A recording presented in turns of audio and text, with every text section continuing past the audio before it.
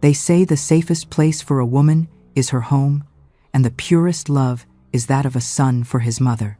But what happens when that love twists into something dark? What happens when the monster you fear isn't hiding under the bed, but sleeping in the room next door, wearing the face of the child you raised? My name is Patricia. I am 70 years old, and for 3 years, I lived a nightmare that has no name in polite conversation. I was a prisoner in my own home, not by a stranger, but by my own flesh and blood. For a long time, I was known as the lady who sold homemade pies, a simple woman with a smile for everyone. But behind that smile, I was hiding a secret so shameful, so heavy, that it nearly crushed my soul. Today, I am breaking my silence. Before continuing, I want to ask you for a favor from the heart. If this story touches you in any way, if you feel you need to hear what I have to say, give me a like and subscribe to the channel. Also, tell me in the comments, from what part of the United States or the world are you watching us? It makes me happy to know that my voice can reach so far through this technology that I barely understand, but that today allows me to speak. I was born in 1954 on a small farm near Indianapolis. We were a humble family, like most at that time. My father worked in a steel mill. My mother took care of the house and raised 6 children.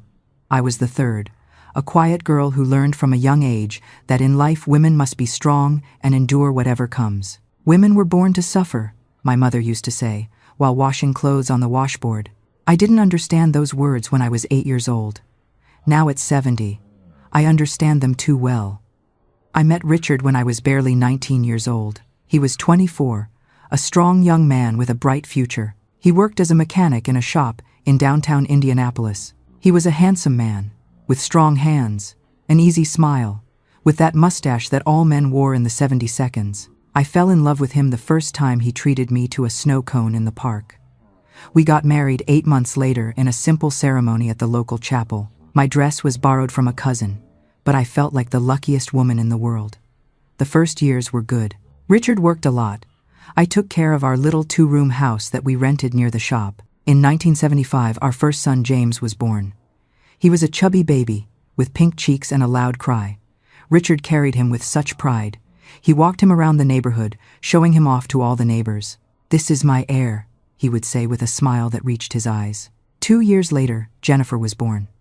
My only daughter, a girl with black hair and big almond eyes. And in 1980, Brian arrived, the youngest, a restless boy who from a young age seemed to have ants in his pants. Life wasn't easy, but it was ours. Richard never made much money, but there was always stew in the pot and hot biscuits on the table. I supplemented by washing other people's clothes. Later I started selling pies on weekends at the farmer's market. My 3 children grew up, went to school, learned to work from a young age. James, my firstborn, was always different from the other 2. Since he was a boy, James was special. I don't know if that's the right word. He was the most attached to me, always seeking my attention, getting upset when I attended to the other children. "Mom is only mine," he would say when he was 5 years old. "I thought it was a kid thing that would pass," Richard said. "He's the oldest. He's jealous of his little siblings." And maybe it was that. Or maybe there was already something else that none of us wanted to see. If this story is reaching your heart, don't forget to like and share. Many times we keep secrets thinking that no one will understand us, but I assure you that you are not alone. James grew up and things didn't improve. In adolescence, he became possessive. He didn't want me to go alone to the farmer's market. He got angry when I talked to the neighbors. He questioned Richard if we went out together. "Where are you going? When are you coming back? Why don't you take me?" At 16, he had a girlfriend, a pretty girl from school. He lasted 3 months with her. When I asked him why they broke up, he told me, "No woman is going to be like you, Mom." It seemed strange to me, but Richard told me not to exaggerate, that male children always adore their mothers, that it was normal, and I wanted to believe it. I wanted to believe that everything was normal, that my son simply loved me very much. Mothers have that ability to close our eyes to the things we don't want to see in our children. Jennifer got married at 22 and went to live in Chicago with her husband. Brian got a job at an assembly plant and rented an apartment with some friends near the university where he studied at night. James, who was already 28 years old, was still living with us. He worked at a delivery company, earned well, but never talked about leaving. Why am I going to leave if I'm fine here? Besides, you guys are already old. You need someone to take care of you. Richard and I were then 53 and 48 years old. We weren't as old as James made it seem, but we didn't argue either. Deep down, I felt calm having a son nearby. Mothers are like that. We like to know that our children are safe nearby where we can see them. Years passed. Richard started having health problems. First, it was diabetes diagnosed when he turned 60. Then came high blood pressure. The doctors told him he had to take care of himself, eat well, exercise, take his medicine. I tried to take care of him. I prepared food without salt, without sugar. I forced him to walk in the afternoons, but Richard was stubborn, like most men. All my life I've eaten bacon, and I'm not going to die for keeping eating it. He said with that stubbornness that exasperated me so much and that I miss so much now. In December 2019, just before that pandemic thing started that changed the whole world, Richard had a heart attack. It was in the early morning. I was asleep next to him when I heard him moaning. "Patricia, my chest hurts," he said with a weak voice. I turned on the light and saw his pale, sweaty face. I screamed, calling James, who was sleeping in the room next door. Between the two of us, we got him into the car and rushed to the hospital. We arrived late. The doctors did what they could, but Richard's heart was too damaged. He died at 7 inches the morning on December 15th, 2019. He was 70 years old. I was 65 and suddenly found myself a widow, unsure how to navigate life without the man who had been by my side for over 4 decades, not knowing how I was going to continue living without the man who had been by my side for 48 years. The viewing was held at the local funeral home, but afterward, everyone came back to our house for the reception, as is customary in Indiana. The neighbors brought casseroles, friends offered condolences, and the house was filled with a somber murmur. James took care of everything, the arrangements, the guests, the cleanup. "Don't worry about anything, Mom," he told me while I sat in Richard's favorite chair, numb with grief. It was a gray, cold day, with that northern wind that cuts the skin. While they threw dirt on the casket, I felt that a part of me was being buried too. Jennifer hugged me. Brian held my hand. James was behind me, his hands on my shoulders, squeezing in a way that seemed to me, I don't know, different. But he was crying. He was suffering. We were all suffering. I didn't give it importance. After the funeral, Jennifer and Brian stayed another week with me. The house felt empty without Richard, too big and too silent. At night, I cried in my bed, hugging the pillow that still smelled like him, like his cheap drugstore cologne, like his honest worker's sweat. I know this story is hard to hear, but I need to share it. If you or someone you know is going through a similar situation, let me know in the comments. Sometimes we just need to know we're not alone. One afternoon, we were all sitting in the living room. Jennifer had to return to Chicago. Her husband had already returned to work, and the kids had school. Brian also had to return to his life. I told them I was fine, not to worry, that I knew how to take care of myself alone. "You won't be alone, Mom," said James. "I'm here. I'll take care of you, son. You have your life, your work," I told him. "I don't want to be a burden." "You're not a burden. Besides, what am I going to do alone somewhere else? My home is here. You are here. We are family, and family takes care of each other." Jennifer and Brian seemed relieved. "It's good that James stays with you, Mom," said Jennifer. "It gives us peace of mind, knowing you're not alone." And so it was decided, James, who was already 44 years old, single, with no plans to ever leave, would stay taking care of his widowed mother. At that moment, I felt grateful. I thought God had blessed me with a good son, who would not abandon me in my old age. How wrong I was. The first months were normal. James worked. I kept making my pies on weekends. We maintained the house, each in our own thing. He slept in his room, I in mine. We ate together, watched TV at night, talked about unimportant things. It was a quiet routine for a widow who still mourned her husband every night. But little by little, things started to change. Small details that at first didn't seem important to me, but later, looking back, were the first signs. James started being more attentive than normal. He brought me flowers for no reason. He bought me clothes, perfumes. "You have to fix yourself up more, Mom. You're still too pretty to dress like an old lady." I thanked him, but I felt uncomfortable. I had been widowed barely 6 months. The last thing I wanted was to fix myself up or look pretty. He also started criticizing my clothes. "That sweater makes you look very fat, Mom. Put on this blouse I bought you. It fits you better. Oh, that dress is too loose. It doesn't flatter you." Things like that all the time. I thought it was his way of helping me out of depression, of making me feel better about myself. One night, about 3 months after Richard's death, I was in the kitchen preparing dinner when James arrived from work. He came with a bottle of wine. "I found this at a store. They say it's good. Why don't we have dinner with a glass? You and me like in elegant restaurants." "Son, I don't drink wine," I told him. "For that very reason, Mom, you should try new things. It's been half a year since Dad died. You have to start living again." I don't know why I accepted. Maybe because he was right. Maybe because I was tired of crying every night. Maybe because a part of me wanted to feel alive again. We had dinner with wine. I had 1 glass, he had 3. We talked, laughed at old stories. It was a normal night. Or so I thought. But when I got up to clear the table, James got up too and hugged me. It wasn't a normal hug from son to mother. It was long, tight, his hands on my waist, his face in my neck. "I love you so much, Mom," he whispered. "You don't know how much." I tensed up. Something in that hug didn't feel right. I separated gently. "I love you too, son. But it's late. Let's go to sleep." That night I couldn't sleep. I tossed and turned in bed thinking about that hug, his words, the way he had looked at me during dinner. We often ignore that quiet inner voice because we want to believe the best in our family. But as Patricia is starting to realize, that gut feeling is usually warning us for a reason, and things are about to get much more complicated. I told myself I was exaggerating, that he was my son, that he just loved me a lot. But there was something in my stomach, a feeling of unease that I couldn't ignore. You know, it is truly hard to accept that the child you brought into this world could be your greatest danger. We often deceive ourselves, calling it love, but a mother's intuition, it never lies. If you have ever felt a chill from a gesture of care that felt like too much, please, do not ignore it as I did. I spent hours staring at the ceiling, scolding myself. "Patricia, you are a wicked woman," I thought. "How can you think such filth about your own child? He is just grieving. He is just lonely." Shame is a powerful silencer.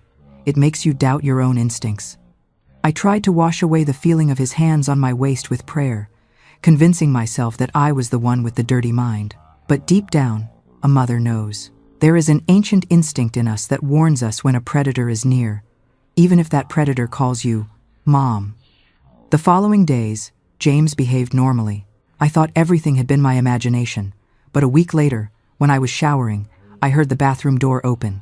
"James, I'm showering," I screamed, scared. "Sorry, Mom. I didn't know," he said. But he didn't close the door immediately. He stood there for a few seconds watching.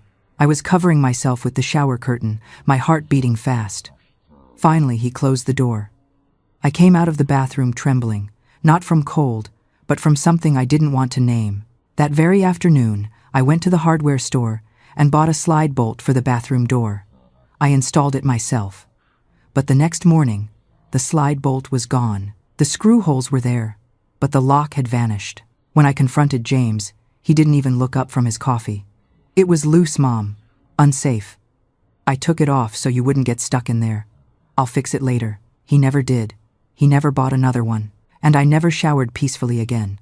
What started as small discomforts was turning into something bigger, darker, harder to ignore. But when you are a 70-year-old woman, a widow, depending on your son for everything, who do you tell your fears to? Who is going to believe you when you say that your own son, that good man who left everything to take care of you, makes you feel uncomfortable? 2 more months passed since the bathroom incident. I tried to behave normally, continue with my routine, not think too much about the strange things that were happening. On Sundays, I continued making my pies at the market. It was my space, my moment of freedom, to talk with the other vendors, to feel useful still. But James started accompanying me. "You shouldn't go alone, Mom. You're getting old. Something could happen to you," he said. At first it seemed sweet that he worried, but then I realized he didn't leave me alone for a moment. When I talked to Mrs. Linda, the lady who sells jams, he was there listening to everything. interrupting. Mom, it's time to go. Mom, don't talk so much, you get tired. Mom, that lady just wants to gossip with you. Little by little, I became isolated.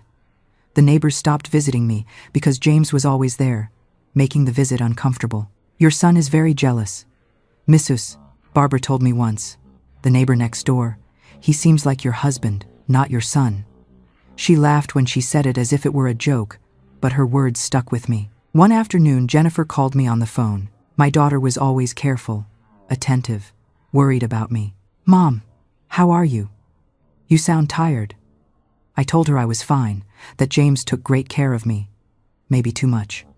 There was a silence on the other end of the line. Too much. What do you mean, Mom? I wanted to tell her. The words were there in my throat wanting to come out. But then James entered the living room and looked at me.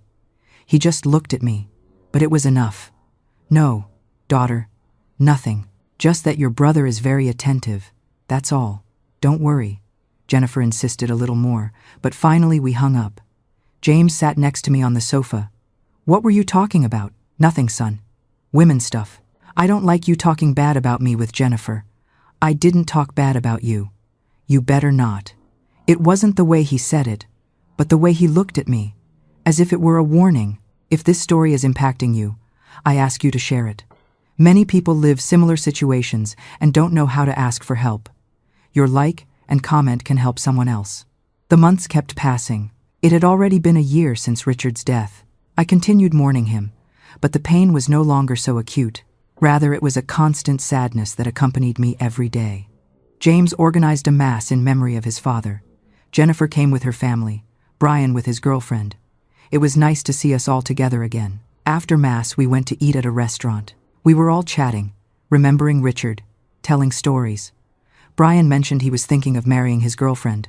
Jennifer said her kids were already big, that soon she would visit me more often, now that she had more time. I felt happy, surrounded by my family, feeling that life could go on despite everything. But then Jennifer said something that changed the atmosphere. Mom, why don't you come live with me in Chicago? I have space in my house. You'll have fun with the kids, and I would be calmer having you close. Before I could answer, James spoke. Mom stays here. Here is her house, her life, her things. Why are you going to take her so far? It's an option, James. Mom can decide, said Jennifer. She already decided. She stays with me. She can speak for herself. The tension at the table was palpable. Brian tried to calm things down. I just wanted them to stop fighting. It's okay, children. For now, I'm staying here. If later I want to go with Jennifer, well, I'll go. Let's not fight.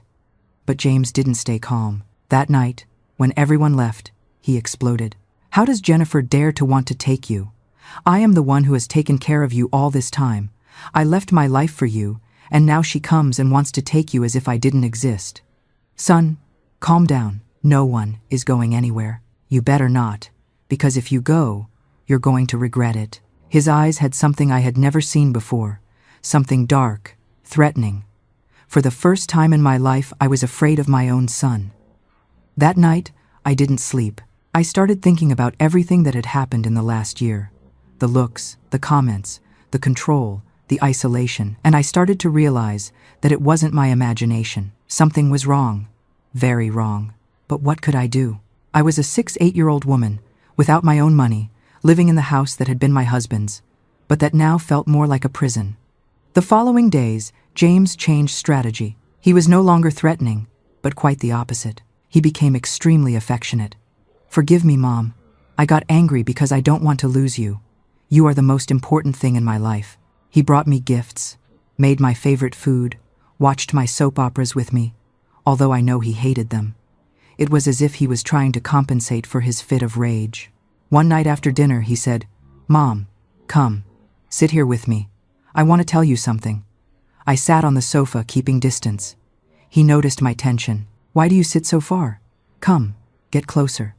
With my heart racing, I moved a little closer. I've been thinking a lot, Mom. Since Dad died, I only have you, and I think you also only have me. He put his hand on mine. We're a team, right? You and me against the world. Son, you also have your sister and your brother. They have their lives. We have each other. I withdrew my hand gently. I'm tired. I'm going to sleep. I got up, but he held me by the arm. Mom, don't run away from me. I just want us to spend time together. His grip was firm, not violent, but not gentle either. James, let go of me. Why are you always running away? Are you scared of me? There was something in his tone, a mixture of pain and something else I didn't want to identify. I'm not scared of you. I'm just tired. He let go. I went to my room and locked the door. That night I heard his footsteps in the hallway, going back and forth in front of my door. I don't know how long he was there. I was lying down, awake, with my heart beating so hard I thought it was going to burst out of my chest. The next morning, when I came out of my room, James had already gone to work. He left a note on the kitchen table. Mom, sorry if I made you uncomfortable last night. I just want you to know I love you. I'll be back in the afternoon. Don't go out alone.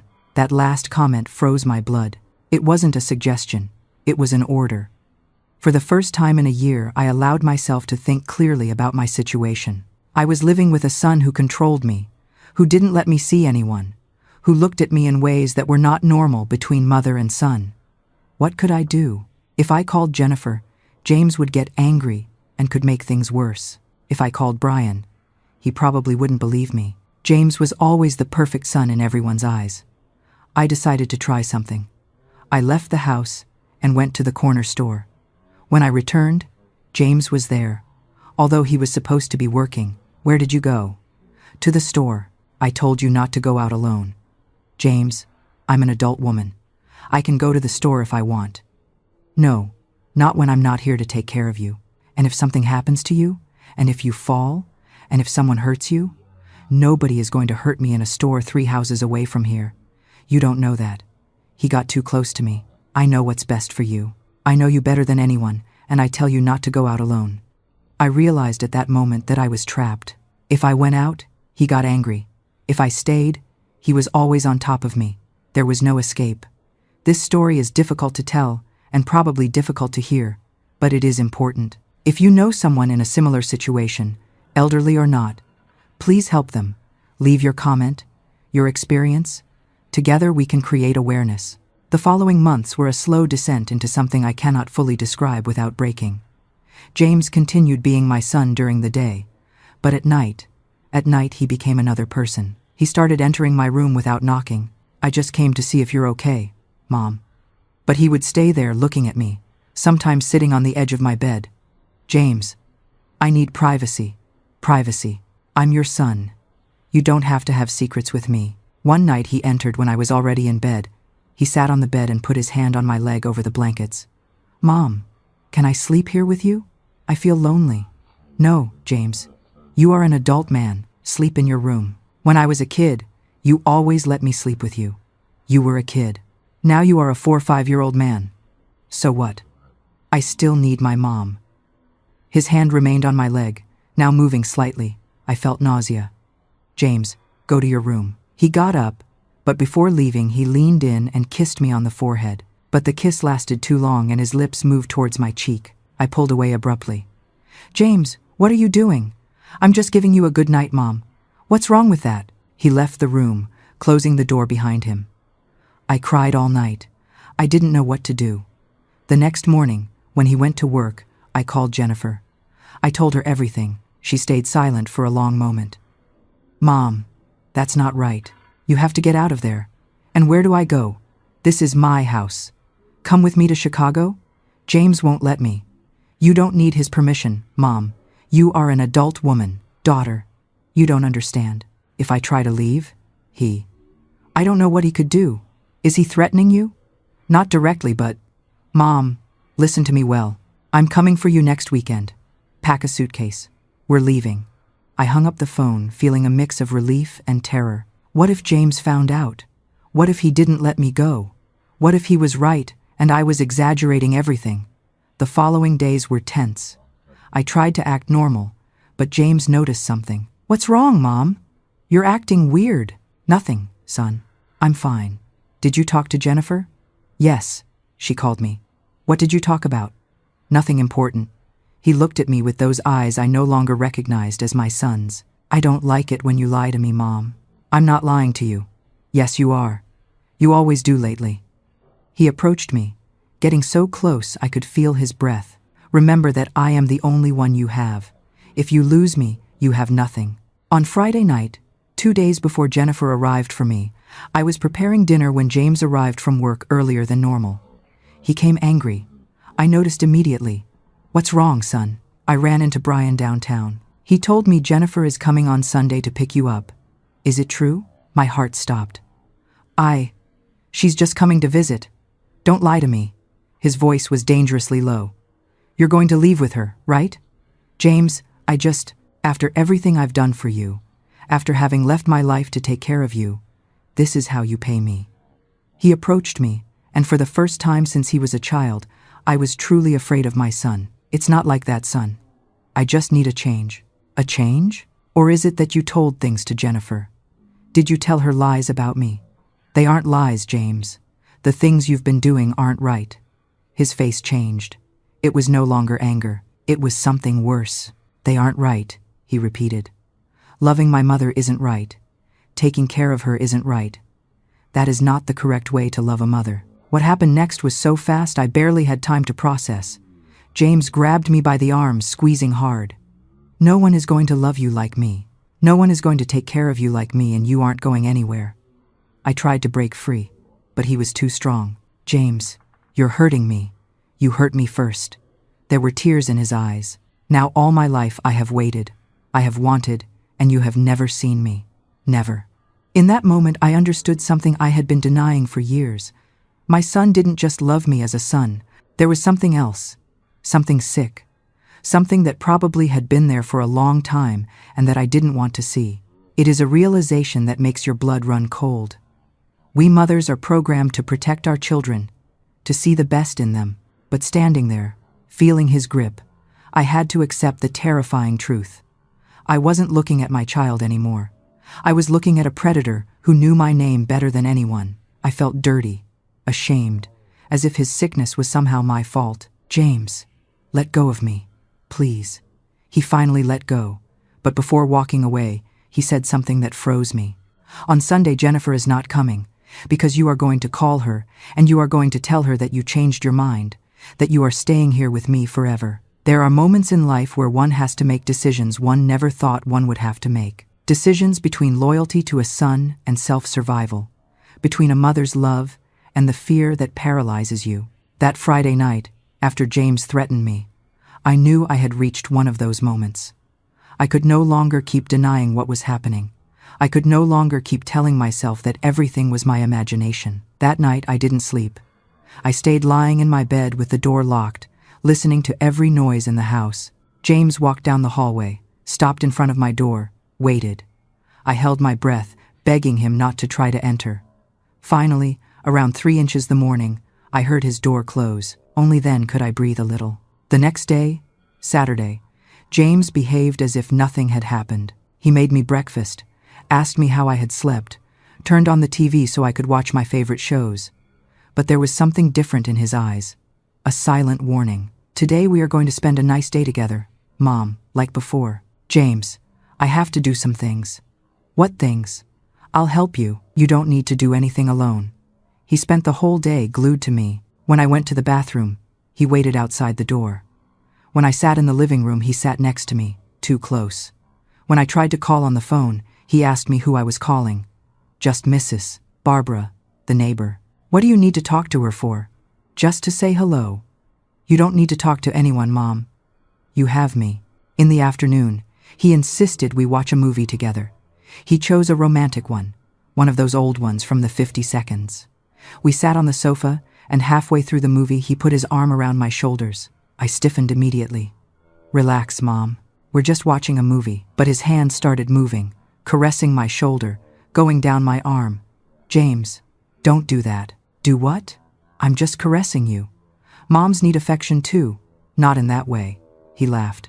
But it wasn't a happy laugh. It was bitter. In what way then? Tell me, Mom. How do you want me to treat you? Like a stranger, as if you weren't the most important woman in my life. I got up from the sofa. I'm going to my room. No. You stay here. The movie isn't over. I'm tired. I said stay. His tone admitted no discussion. I sat back down. But now, with my body rigid, my hands clenched on my lap, we finished watching the movie in silence. Every minute felt like an hour. That night after dinner, James told me we had to talk about tomorrow. He began. Jennifer is going to call. You're going to tell her you changed your mind, that you don't want to go to Chicago anymore, that you're happy here with me. I can't do that. Yes, you can and you will. And if I don't do it, he leaned towards me, his face inches from mine. Then I'm going to tell Jennifer and Brian things you don't want them to know. Things from when Dad was alive, things you did. I felt my blood freeze. What things? I never did anything wrong. That doesn't matter. What matters is if they believe me or believe you. And since I am the son who stayed to take care of you, the good son, they will probably believe me. It was blackmail, but worse than that, it was confirmation that my son knew exactly what he was doing. This wasn't confusion or mental illness, it was calculated manipulation. If you are watching this story and know someone elderly who is in a vulnerable situation, please be attentive. Abuse is not always obvious. Sometimes it comes disguised as care. Leave a like if this story is making you reflect. Sunday dawned with a gray sky, threatening rain. I got up early, got dressed, prepared a small suitcase with the most essential things, hid it under my bed. If I had a chance to run out when Jennifer arrived, I would be ready. James also got up early. He watched me all the time. What are you doing, Mom? Nothing. Just getting ready. For what? Today we aren't going anywhere. Jennifer is coming. Ah, yes, Jennifer. I hope you remember what we talked about last night. At 11 inches the morning, the phone rang. It was Jennifer. James watched me while I answered. Mom, I'm already leaving Chicago. I'll arrive in about 4 hours. Are you ready? I looked at James. He was sitting in front of me with his arms crossed, waiting. Jennifer? What's wrong, Mom? Are you okay? The words were there in my throat. I just had to say them. Help me, your brother. But then James got up and approached. He put his hand on mine, squeezing, not hard, not in a way that left a mark, but with enough pressure for me to understand the warning. Mom, are you still there? Yes, daughter. Look, I've been thinking. Maybe it's better if you don't come today. Silence on the other end. What? Why? It's just, I feel fine here. James takes very good care of me. I don't want to bother you with the trip. Mom, it's not a bother. I'm already in the car. Besides, we talked about this. You said you wanted to get out of there. James snatched the phone from me. Jennifer, this is James. Mom is fine here. She doesn't need you to come take her. She has her house, her things, her life. Understand? I heard Jennifer's voice on the other end rising. James moved the phone away from his ear. Don't yell at me, Jennifer. Mom already made her decision. Respect it. And he hung up. I stayed there, sitting, feeling that I had just lost my only chance of escape. Jennifer tried to call again, but James turned off the phone. There, problem solved. James. She's going to come anyway. She already left Chicago. Well, when she arrives, you tell her exactly what you told me. That you're fine, that you don't want to go, that here is your home. And if I don't do it, you know what happens if you don't do it. The next few hours were the longest of my life. James didn't separate from me for a second. I felt like a prisoner in my own home. When Jennifer finally arrived, around 3 inches the afternoon, James made me sit in the living room. Remember what you have to say. Jennifer entered like a hurricane. Mom, are you okay? She ran towards me, checking me with her gaze. What is happening here? Nothing is happening, said James. Mom simply changed her mind. I'm not talking to you, Mom. Tell me what's wrong. I looked at my daughter. I saw the worry in her eyes, the love, the desire to help me, and I almost broke. I almost told her everything. But then James stood behind me, put his hands on my shoulders, squeezing. Tell her, Mom, I'm fine, daughter. Really? I just thought things over. This is my house. Here is everything I know. I don't want to leave. Jennifer looked at me as if she didn't recognize me. Mom, 3 days ago, you begged me to come for you. You told me James was doing things that weren't right. You misunderstood. No, I didn't misunderstand anything. I know what I heard. James intervened. Jennifer, Mom is old. Sometimes she gets confused. I take good care of her. She has never lacked anything. Shut up, James. This is between my mom and me. She knelt in front of me, taking my hands. Mom, look me in the eyes. Do you really want to stay here? I felt James's hands squeezing my shoulders harder. Yes, daughter, I want to stay. I don't believe you. Well, it's the truth. Jennifer got up, looking at James with fury. I don't know what you did to her, but this isn't going to stay like this. I didn't do anything to her. Ask the neighbors, anyone. I am the perfect son who takes care of his widowed mom. You are a .ca refill with what you say, little sister. You have no proof of anything. And he was right.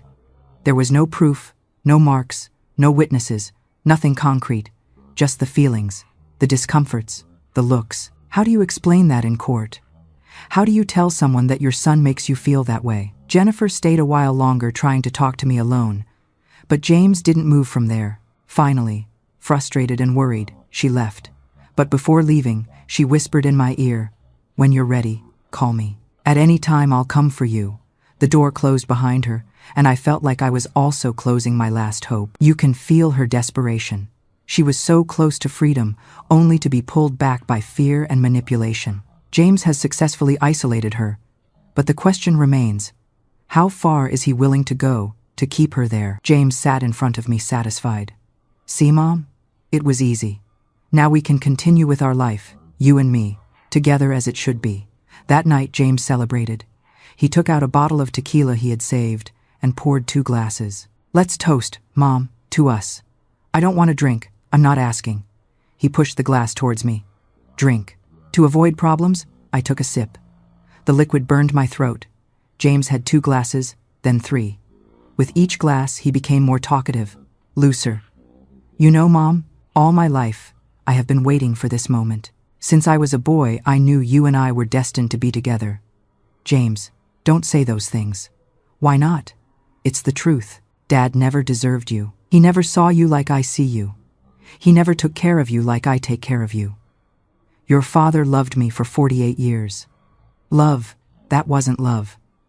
I know what real love is. He got up, staggering a little from the alcohol. He approached me. Let me show you. I got up quickly. I'm going to sleep. No, stay. It's still early. I'm tired. He grabbed me by the arm. You're always tired.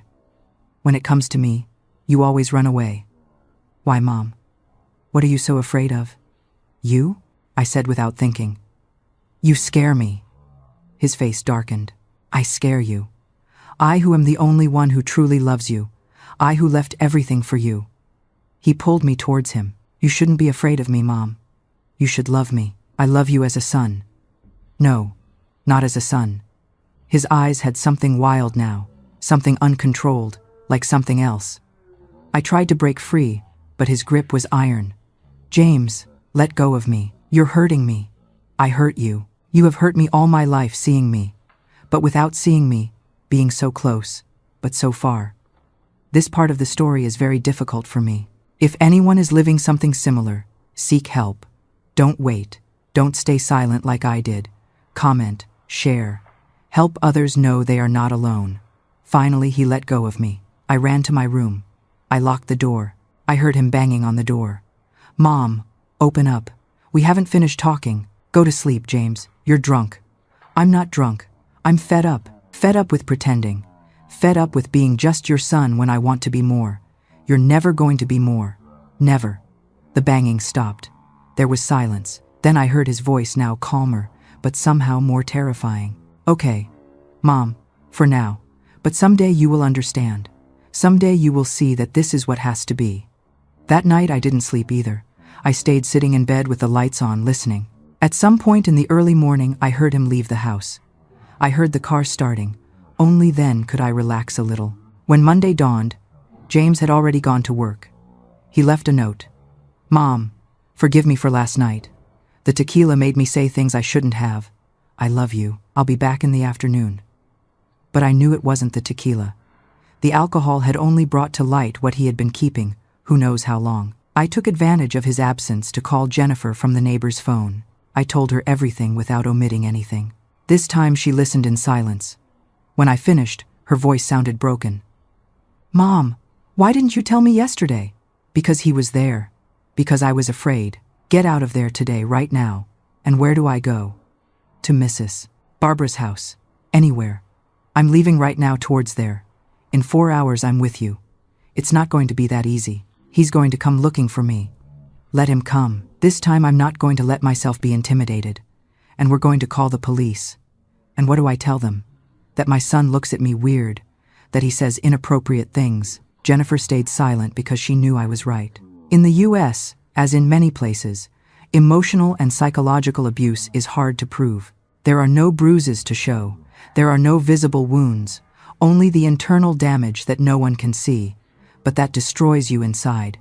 Anyway, I'm going there. Get ready. Today you leave that house. I hung up and went back to my house. I took out the suitcase I had prepared the day before. This time I was going to leave. Whatever the cost. I could no longer continue living like this. Better to die trying to escape than to continue dying slowly in this prison. But then the door opened. It was James. He had returned early. He saw me with the suitcase in hand. His face showed no surprise, only a dark sadness. Where do you think you're going, Mom? There are moments in life where time stops, where everything that is happening feels unreal, as if you were watching a movie of your own life, but without being able to control anything. That moment when James entered and saw me with the suitcase in hand was one of those moments. The air felt heavy, dense. Every second stretched like an eternity. I asked you a question. Mom, where do you think you're going?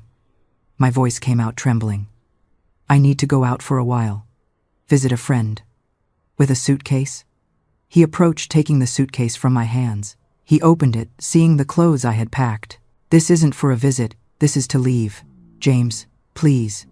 You called Jennifer. Of course you did. He ran his hands through his hair, walking from one side to the other. I thought after yesterday you had understood. I thought you would finally accept that your place is here with me. My place is not to be your prisoner. Prisoner? He laughed, but there was no joy in that laugh. I give you everything. House, food, care, and this is how you pay me trying to flee. I'm not fleeing. I just need space. No, what you need is to stop fighting against this. He sat on the sofa, pointing to the spot next to him. Come, sit down. Let's talk like civilized people. I don't want to sit down. I'm not asking. His tone changed. It became harder. Sit down. With my legs trembling, I sat down, but as far away from him as possible.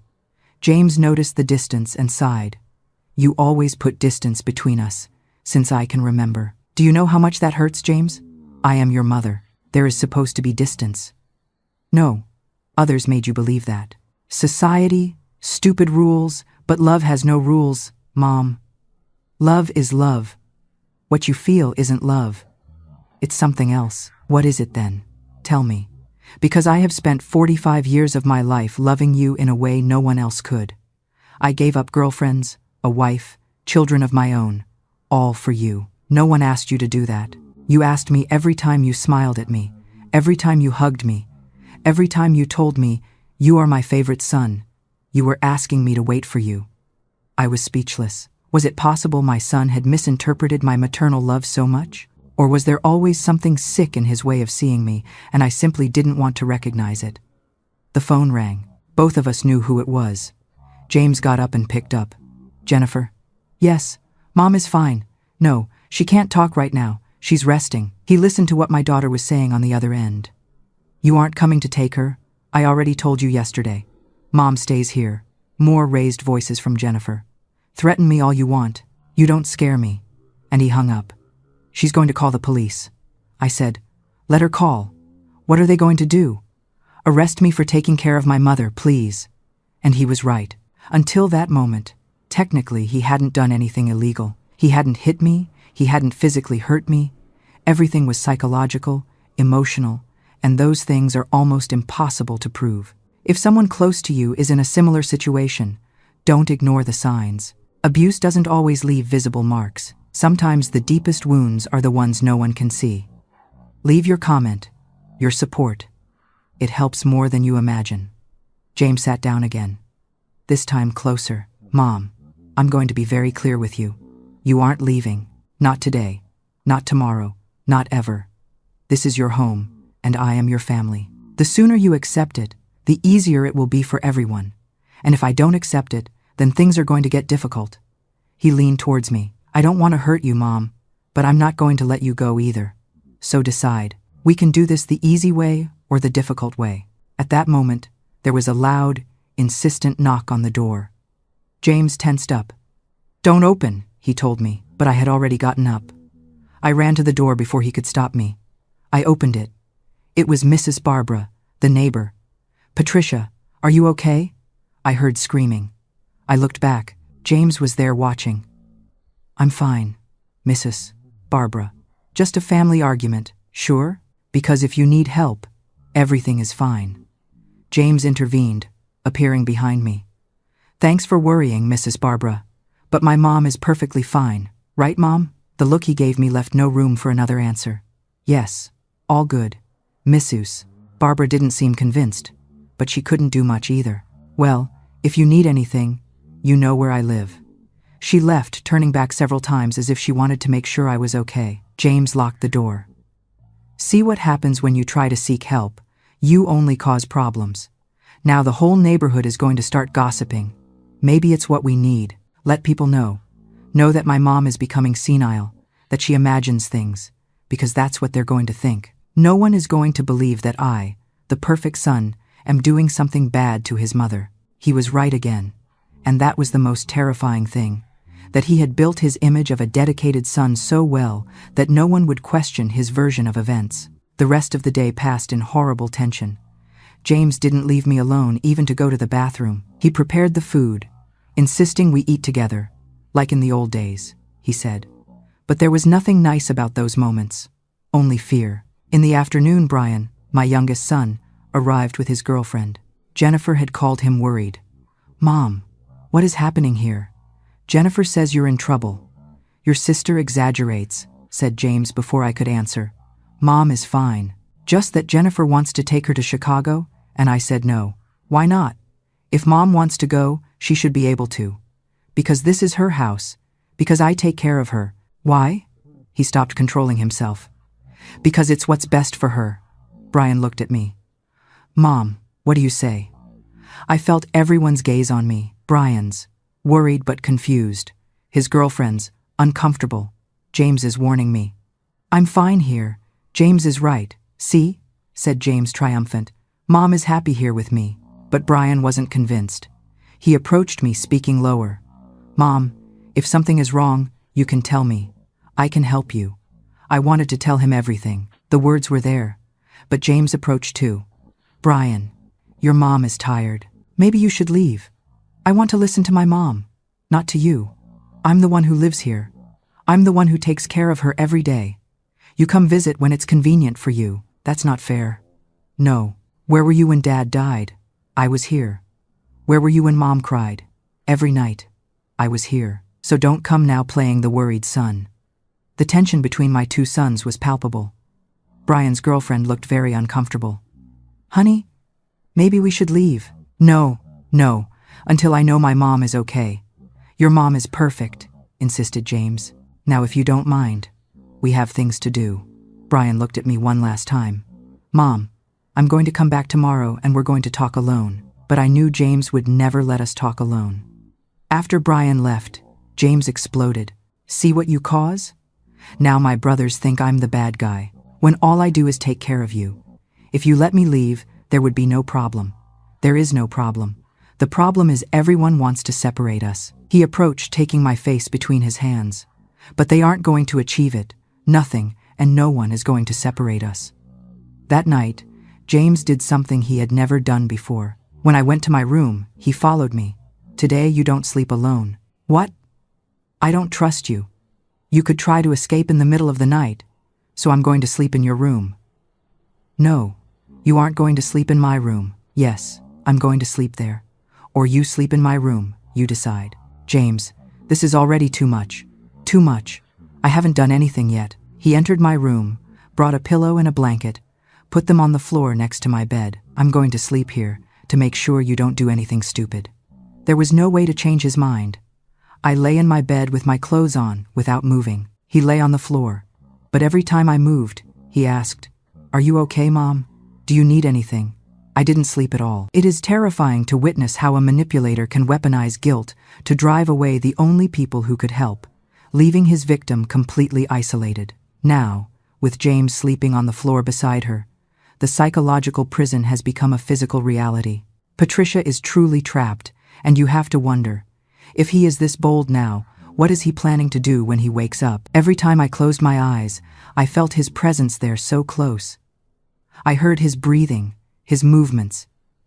It was psychological torture that was destroying me. At some point in the early morning, I heard him get up. I thought he was going to the bathroom, but instead he sat on the edge of my bed. "Mom, are you asleep?" I didn't answer. I pretended to be asleep. I felt his hand in my hair caressing me. "You are so beautiful," he whispered. "You always have been. Dad didn't deserve you. He didn't see you like I see you." His hand went down to my cheek, then to my neck. I still didn't move, holding my breath, begging him to stop. "Someday you will understand," he continued. "Someday you will see that this is the right thing, that it always should have been like this." He leaned in, and I felt his lips on my forehead. It wasn't a son's kiss. It was something else. It lasted too long, and when he finally pulled away, he whispered, "I love you, Mom, in a way no one else could love you." After that, he lay back down on the floor. I stayed paralyzed, with silent tears running down my cheeks. I wasn't just scared anymore. I was terrified. When dawn finally broke, James got up as if nothing had happened. "Good morning, Mom. Did you sleep well?" He prepared breakfast, got ready for work. Before leaving, he kissed me on the cheek.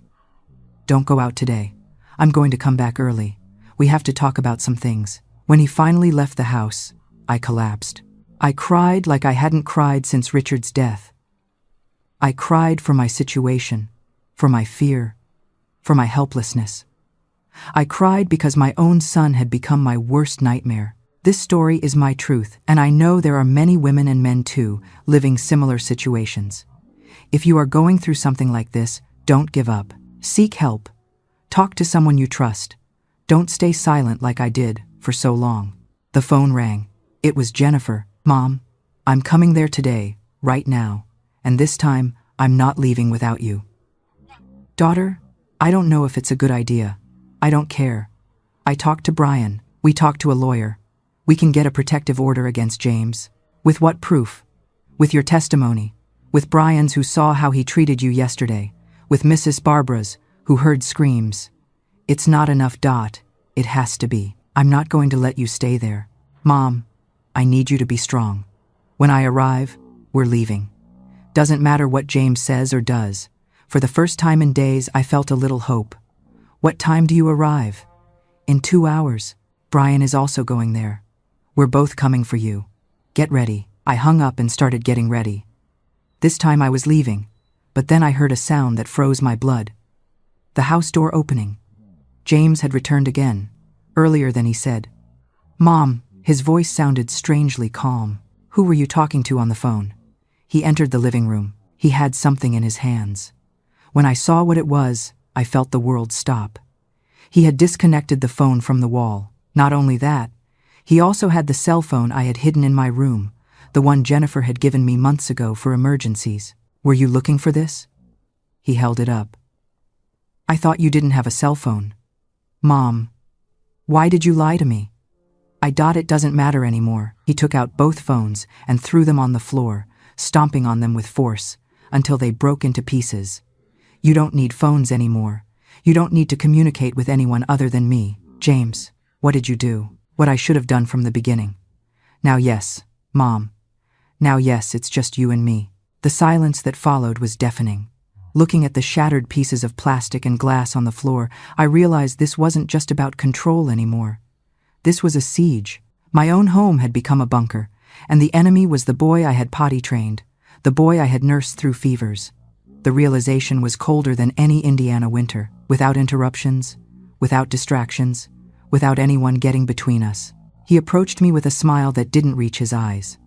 "And when Jennifer and Brian come, we are going to tell them that you are no longer welcome in their lives, that your place is here with me forever. They say true terror doesn't come from the monsters you imagine in the dark, but from those who live under your same roof, from those who know your fears, your weaknesses, every corner of your life."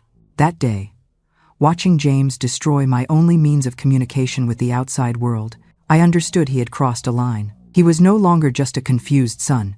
He was someone decided to keep me trapped at any cost. James, please, give me back even just one phone. What happens if there is an emergency? I am your emergency. I am everything you need. He picked up the pieces of the broken phones and threw them in the trash. Besides, today I'm going to stay home. I'm not going to work.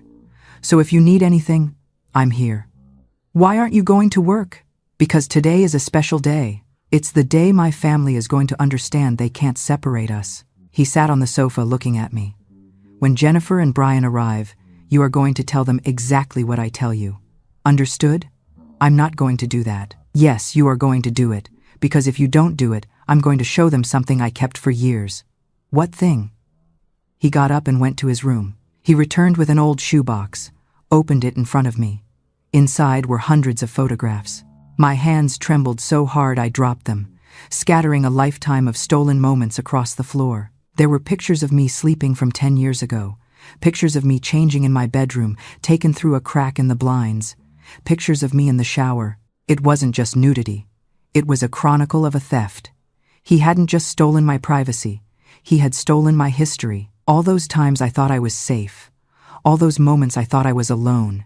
He had been there, watching like a spider in the shadows. That was the moment my world completely collapsed. Not out of fear, but out of pure disgust. It turned out the monster didn't appear overnight. He had been lurking in the shadows, consuming my life through a camera lens for all those years, all under the guise of a devoted son. Can any of you imagine such pain? I felt a bile rise in my throat, a physical rejection of the betrayal. This wasn't love. This was a slow, meticulous consumption of another human being. This isn't love. This is sickness. Call it what you want, but these photos prove that what we have is special.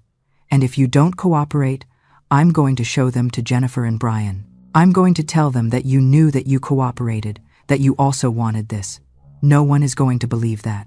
No, I am very convincing when I want to be, and they are going to want to believe anything other than that their perfect brother is what I am. I sat down, feeling my legs wouldn't support me. All this time, for years, he had been doing this, watching me, photographing me, building some kind of sick fantasy in his head. How did I not notice? How could I be so blind? The hours passed with agonizing slowness. James prepared food, acting as if everything were normal. He set the table for two. Come, Mom, let's eat. I'm not hungry. Are you going to eat? You need strength for when your children arrive. I sat at the table looking at the plate without being able to taste anything. James ate with appetite, chatting as if we were at a normal family meal. You know, Mom, when all this is over, when you finally accept our thing, it's going to be very beautiful. We can travel, see new places, just you and me. There is no us, James. Not yet. You don't accept it, but you will. Time is on my side. At 3 inches the afternoon, we heard cars outside. James looked out the window. They're here. Remember what you have to say. Knocks were heard on the door, voices of Jennifer and Brian calling me. James opened the door with a big smile. Siblings, what a surprise to see you, again so soon. Move, James. We're coming for Mom, said Jennifer, trying to enter. Mom isn't going anywhere. Brian pushed James, entering the house. He saw me sitting on the sofa. Mom, are you okay? I looked at James, then at my children. This was my chance. Maybe the only one. No, I'm not okay. I need to get out of here. James's expression changed. There was no longer a smile. Mom, what are you doing? Telling the truth. I can't anymore, James. I can no longer keep pretending everything is fine. Jennifer ran towards me, hugging me. We're going to get you out of here right now. You aren't taking her, said James, blocking the door. Yes, we are taking her, answered Brian. And if you try to stop us, I'm going to call the police. And what are you going to tell them? That I'm taking care of my mother, that I live with her in her own house. I'm going to tell them you are holding her against her will. She is free to leave whenever she wants. Then, move from the door. James hesitated. He knew if he didn't move, his siblings would have real proof that he held me prisoner. Slowly, he stepped aside. Fine, take her. But you'll see she returns because she knows her place is here with me. Jennifer helped me up. Brian quickly went to my room to get some of my things. James stared at me. This doesn't end here, Mom. You're going to return. You always return to me, right? I said with more firmness than I felt. This time I'm not returning. If you are watching this story and feel identified, please take the step. Ask for help. No matter how much time has passed, it's never too late to break free. Leave your like if this story is giving you courage to act. We left the house with James, watching us from the door. We got into Jennifer's car. When we started off, I looked in the rearview mirror. James was still there, standing, watching, not angry, but with a calm that was more terrifying than any scream. "Mom, are you okay?" asked Jennifer, driving fast, getting us away from there. "I don't know. I think so. I just want to be far away from there." Brian was in his own car. Following us, Jennifer took me directly to her house in Chicago. 4 hours of driving where I said almost nothing. Just looked out the window, processing that I had finally escaped. When we arrived in Chicago, at Jennifer's house, her husband and my grandkids received me, all worried, all wanting to help. They installed me in the guest room. Jennifer brought me hot tea. "Mom, now you are safe. James can't do anything to you here, and if he comes, he won't do it. And if he does, we call the police." That night I couldn't sleep. Every noise startled me. Every time I closed my eyes, I saw James's face. I heard his words. "You always return to me." The following days were of adjustment. Jennifer took me to a psychologist specializing in family trauma. Dr. Anderson looked at me with eyes that had seen too much human sorrow, yet still held kindness. He told me something that saved my life. "Patricia, a child's love is supposed to liberate a mother, allowing her to watch him fly. What James felt wasn't love, it was hunger. He wanted to consume you, to fill his own emptiness. You did not fail him as a mother. He failed to become a man." Hearing those words broke the dam of guilt I had built around my heart. I wept not for the son I lost, but for the woman I had allowed to be buried under his need.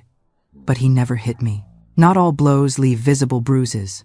The ones he gave to your self-esteem, to your freedom, to your peace of mind, are equally or more damaging. The sessions with Dr. Anderson helped me understand that nothing that happened was my fault, that I didn't raise James badly, that there was something in him, some deviation that developed independently of my motherhood. Meanwhile, Brian took care of the legal paperwork. We went to file a formal complaint against James. The process was humiliating, having to explain to strangers, to police officers who looked at me with skepticism, what my son had done to me. "Did he hit her?" asked the officer. "No, but he threatened me with death. Not directly, but he made me feel." "Ma'am, if there is no evidence of physical violence or direct threats, it is difficult to proceed," Brian insisted. He showed the photos James had that I had taken with my cell phone before he destroyed them, Brian insisted. He showed the officers the photos James had taken, the ones I managed to snap a picture of with my burner phone before he destroyed the originals. The officer's demeanor changed instantly. "Ma'am, these photos taken in the bathroom. This isn't just harassment. This is criminal voyeurism. We have grounds for an immediate arrest warrant, not just a restraining order."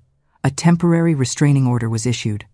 James couldn't get within 100 meters of me. He couldn't call me, write to me, or try to contact me in any way. The order was delivered to him in person in Indiana. According to the officer who delivered it, James received it calmly.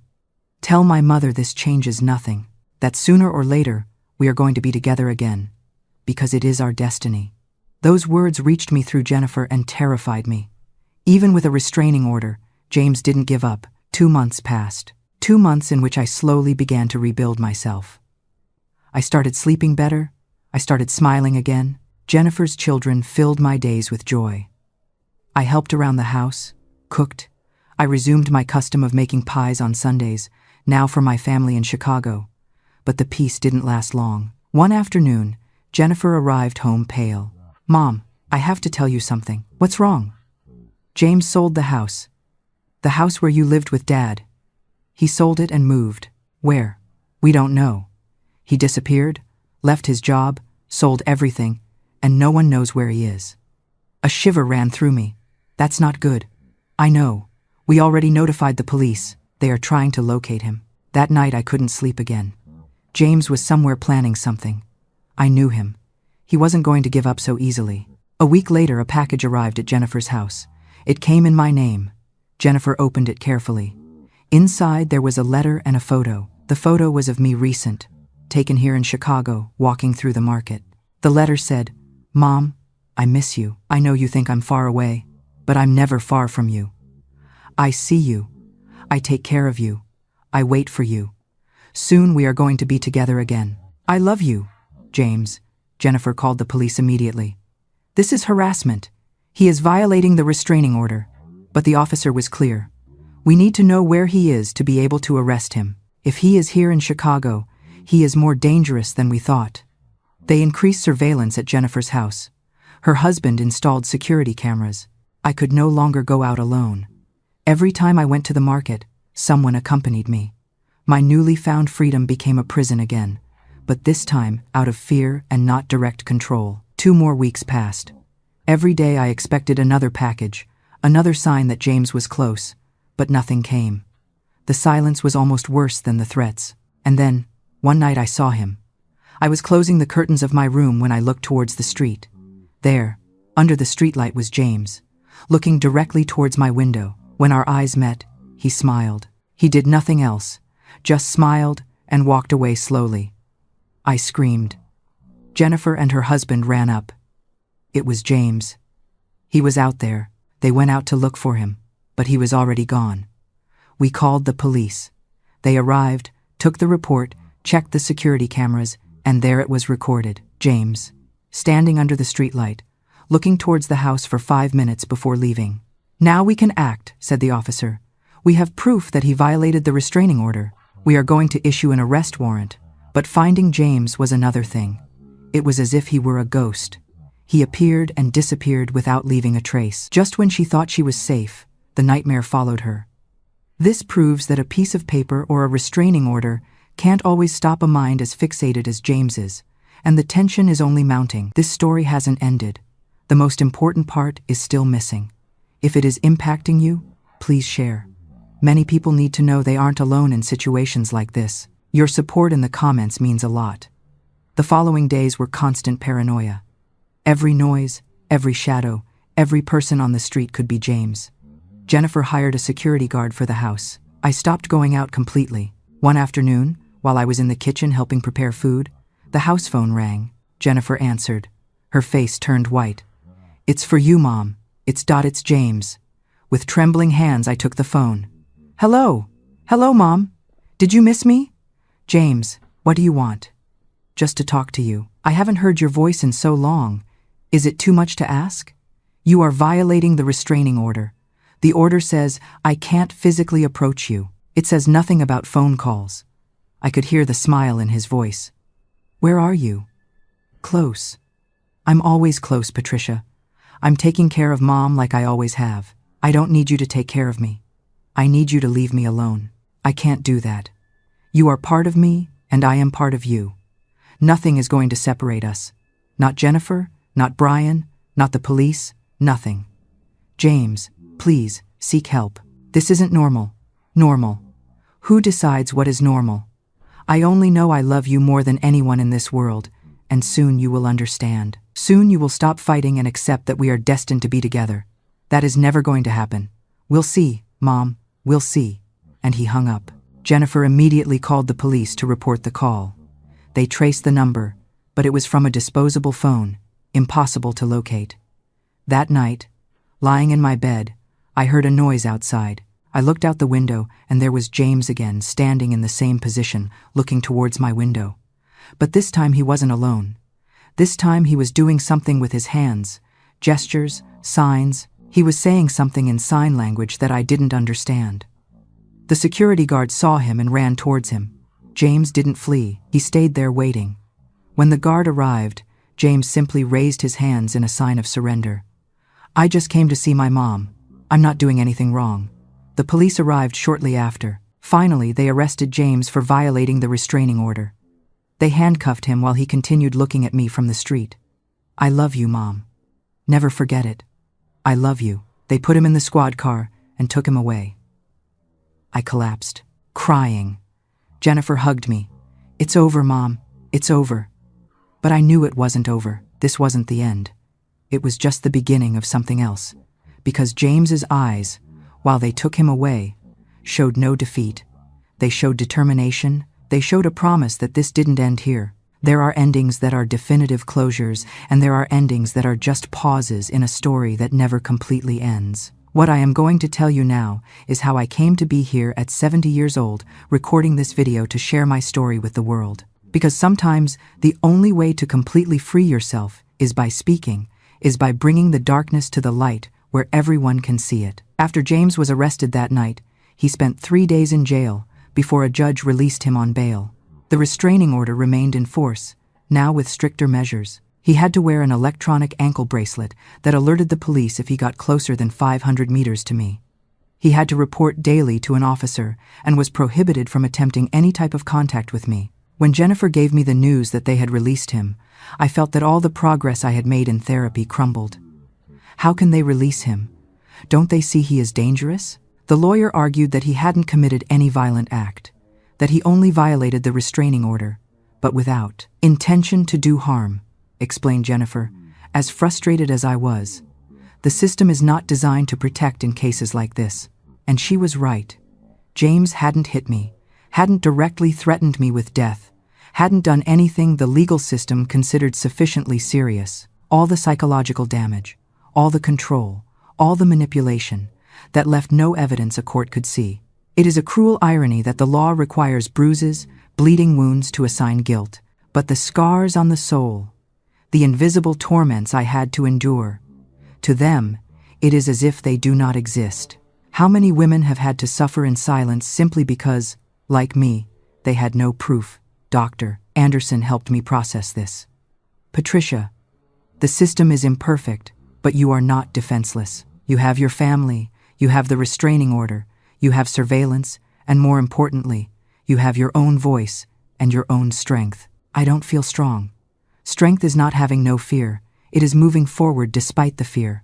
During the following months, I lived in a constant state of alert. Every time the phone rang, every time someone came to the door, every time I went out to the patio, I looked around expecting to see James, but he didn't appear. The electronic bracelet worked.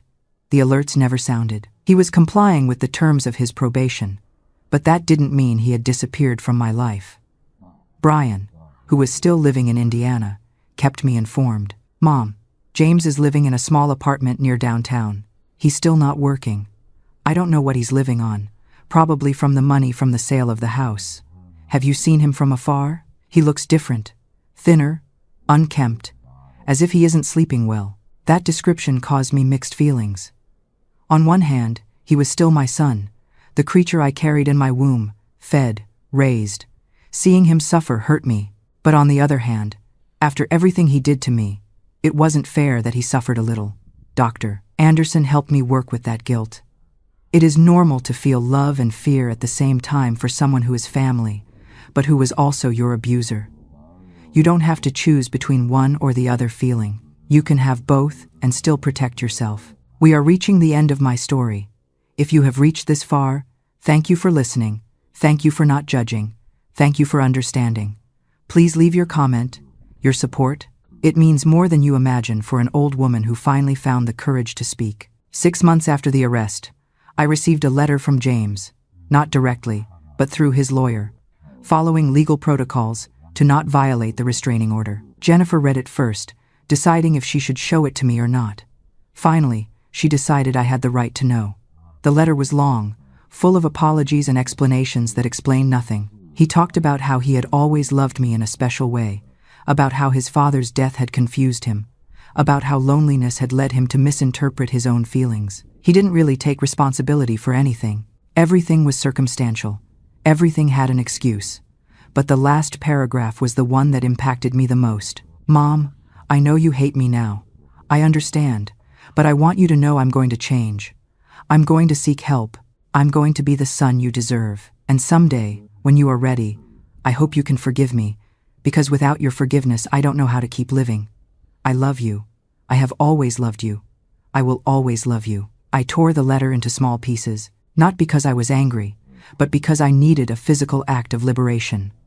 I'm not going to respond, I told Jennifer. You don't have to. He wants me to feel guilty. He wants me to feel responsible for his suffering. And you aren't, Mom. None of this is your fault. A full year passed since I left that house in Indiana. A year of therapy, of reconstruction, of learning to live without constant fear. James's electronic bracelet continued working. He never tried to approach. According to the reports of the officer in charge, he was complying with all the conditions. He had even started seeing a psychologist, something the judge had ordered as part of his probation. Brian told me James had gotten a job at a grocery store. Something simple, well below what he could do. But at least he was working. He looks more stable, Brian told me. More normal. Have you talked to him once? I ran into him on the street.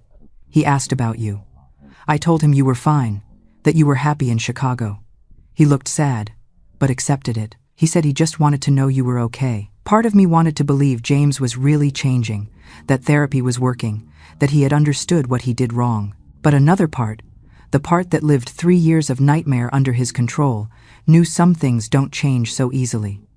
Dr. Anderson was realistic with me. Patricia, it is possible James is improving. Therapy can help, but it is also important that you maintain healthy limits. You have no obligation to forgive him or to have contact with him again just because he is better. Your well-being comes first. I turned 70, surrounded by my family in Chicago. Jennifer organized a small party with my grandkids. Brian came with his now wife. There were new friends I had made in the neighborhood. For the first time in years, I felt truly happy, truly free. But in the middle of the celebration, a package arrived. Jennifer checked it before giving it to me. It was from James. Inside was a simple gift, a hand-knitted shawl in colors I always liked, and a card. Happy birthday, Mom. I hope you are well. I hope you are happy. That is all I want for you, James. There was nothing threatening in the message. There were no pleas or manipulation. It was simple, direct, almost normal. What do you want to do with this? Asked Jennifer. I looked at the shawl. It was pretty, clearly made with care. Keep it. I don't know if someday I'll be able to use it, but keep it. 2 years after escaping, 2 years of living in Chicago, of rebuilding myself, of healing. The officer in charge of James's case called Jennifer. I want to inform you that James has satisfactorily completed his probation period. The electronic bracelet will be removed. The restraining order expires in 6 months, and he can request it not be renewed. And that means he can approach my mom? Asked Jennifer, alarmed. Not while the order remains in force, but after 6 months legally, yes, unless you request an extension, and they would grant it only if there is evidence of continued threat. And according to the reports, Mr. James has complied with everything. He has not attempted unauthorized contact. He has attended therapy regularly. His psychologist reports significant progress. When Jennifer gave me the news, I felt panic. What are we going to do? We are going to request the extension. Doesn't matter what the reports say. You don't feel safe, and that is the only thing that matters. But the judge didn't agree. At the hearing, 6 months later, James's lawyer presented all the positive reports. The psychologist testified that James had worked extensively on understanding his behaviors, that he had developed tools to manage his impulses, that he did not represent a danger. Our lawyer argued my fear, my trauma, the need to continue protection. But in the end, the judge decided not to renew the order. Mr. James, you have met all requirements. You have demonstrated genuine change. Patricia, I understand your fear, but we cannot maintain restrictions indefinitely without evidence of current danger. We left the court in shock. Now James was legally free to approach me if he wanted. Jennifer immediately increased security at home. Doesn't matter what the judge says, he isn't going to get near you. Weeks passed, then months, and James didn't appear, didn't call, didn't write, didn't attempt anything. It was as if he had really accepted that we should be separated. Brian told me James was still in Indiana working, living his quiet life. I run into him from time to time. He always greets me respectfully, asks if you're okay. When I tell him yes, he just nods and continues his way. Mom, I think he really changed. I wanted to believe it, and slowly, very slowly, I started to relax. It is the hardest thing to do, to trust that the person who terrorized you has actually found peace. Patricia wants desperately to believe the nightmare is over, and the silence from James suggests it might be. But does a predator really change their nature, or have they just learned to wait in the shadows? You won't want to miss the final call that changes everything. The constant fear started to diminish. I started sleeping better. I started going out more, enjoying my life in Chicago. I finally felt that the shadow over my life had lifted. But deep down, I think a mother always knows when her child is truly in trouble or truly changing. Maybe that's why, when the call finally came, I didn't run away. Then, 3 months ago, my phone rang. It was an unknown number. Against my better judgment, I answered, "Mom." It was James, but his voice sounded different, older, hollow, stripped of that arrogant confidence he used to have. My first instinct was to hang up, but something in his tone stopped me. "James," I said, my hand gripping the phone tight. "You shouldn't be calling me." "I know," he whispered. "I'm leaving Indiana, Mom. I'm moving out west. I needed to tell you something before I go." He paused, taking a shaky breath. "I understood that I hurt you in ways I will never be able to repair. I understood that I hurt you in ways I will never be able to repair. James, let me finish, please. I am not seeking your forgiveness. I don't deserve it. I just want you to know I am working on being better, not for you, but for me, because I don't want to be that person ever again. I want you to live your life without fear, to be happy. And if that means never seeing me again, I accept it." There were tears in my voice when I answered, "Do you really mean it?" "Yes, Mom. I truly love you, but now I understand what love really is. It is letting go. It is wanting the best for the other person, even if that doesn't include you." "Thank you for saying that. Could I.co LLD I know something about you from time to time through Brian or Jennifer. No direct contact. Just know you're okay. I'll think about it. That is all I ask." That conversation was 3 months ago. Since then, James hasn't tried to contact me again. Brian tells me he is considering moving to another city, starting completely fresh in a place where no one knows him, where there are no memories of what he did. Have I forgiven him? Not completely. Maybe I never will completely. But I have learned that forgiveness isn't something you give to the other person. It is something you give to yourself. It is letting go of the weight of anger and resentment that only hurts you. Will I have a relationship with James again? I don't know. Maybe someday, years in the future, when more time has passed, when we both have healed more, or maybe not. And that's okay too. Has he truly changed? Or is this just another act? I do not have the answer, and perhaps I no longer need to know. The most important thing now is that I have found myself again. Peace. Sometimes, it is simply no longer having to look over your shoulder in fear. Thank you for listening, and for walking with me through this nightmare. What I do know is that I no longer live with fear. I no longer look over my shoulder. I no longer expect to see his face in every corner. I have recovered my life. I have recovered my freedom.